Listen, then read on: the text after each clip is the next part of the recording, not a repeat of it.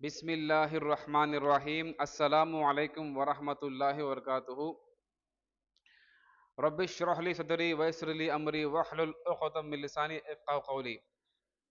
Welcome to Pahali Y YouTube channel. ఈరోజు మనం ఆప్ సల్లాహు సల్లం వైద్య విధానం పుస్తకంలో అంటే తిబినవి అంటాం. తిబినవి పుస్తకంలో మనం ఇవాళ రోజు ఎవలు జౌ లేక బాలిగంజి, ఎవలు అంటే జౌ అనమాట. జౌ లేక బాలిగంజి దాని యొక్క ప్రయోజనాలు తెలుసుకుందాం. బార్లీ జౌ ఒక తృణధాన్యం. దీన్ని బలహీనులు నిరుపేదల ఆహారంగా పరిగణిస్తుంటారు.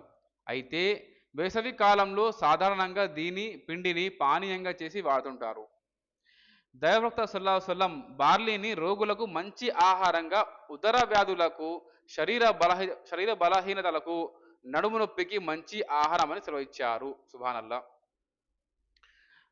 హజరత్ అమ్మ ఆయిషా రజల్లాహు తఆలా అన్హా ఉల్లేఖనం, దైవప్రవక్త సల్లల్లాహు అలైహి వసల్లం తమ కుటుంబ సభ్యుల్లో ఎవరికైనా జ్వరం వస్తే వారికి బార్లీ జావా త్రాగించమని చెప్పేవారు. మేమలాగే జావా తయారు చేసి రోగికి త్రాగించేవారం. జాదుల్ ముఆద్. హజరత్ అమ్మ ఆయిషా రజల్లాహు తఆలా అన్హా ఉల్లేఖనం, ఎవరైనా కడుపు నొప్పితో అన్నం తినటం లేదని తెలిస్తే దైవప్రవక్త సల్లల్లాహు అలైహి వసల్లం ఇలా సెలవిచ్చేవారు, అతనికి బార్లీ జావా త్రాగించండి.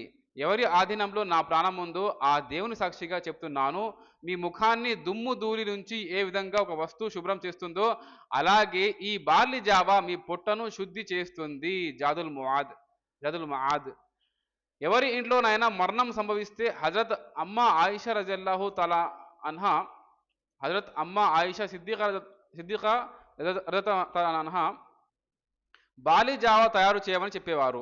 ఆమె స్వయంగా సరీద్ అంటే మాంసం రొట్టెతో చేసిన ఆహారం తయారు చేసి దానిపై బార్లీ జావా వేసి తినమని చెప్పేవారు. తర్వాత ఆమె ఇలా చెప్పేవారు, దైవప్రవక్త సల్లల్లాహు అలైహి వసల్లం ఇలా సెలవిస్తుండగా విన్నాను, బార్లీ జావా వ్యాధిగ్రస్తుని హృదయానికి స్వస్థత చేకూరుస్తుంది, విచారాన్ని దూరం చేస్తుంది.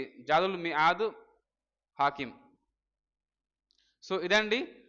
సో మనం ఎవరైతే బలహీన ఉన్నారో, ఎవరైతే కడుపు నొప్పి ఉందో వాళ్ళు తప్పక ఈ బార్లీ గంజి మీరు తాగాలన్నమాట.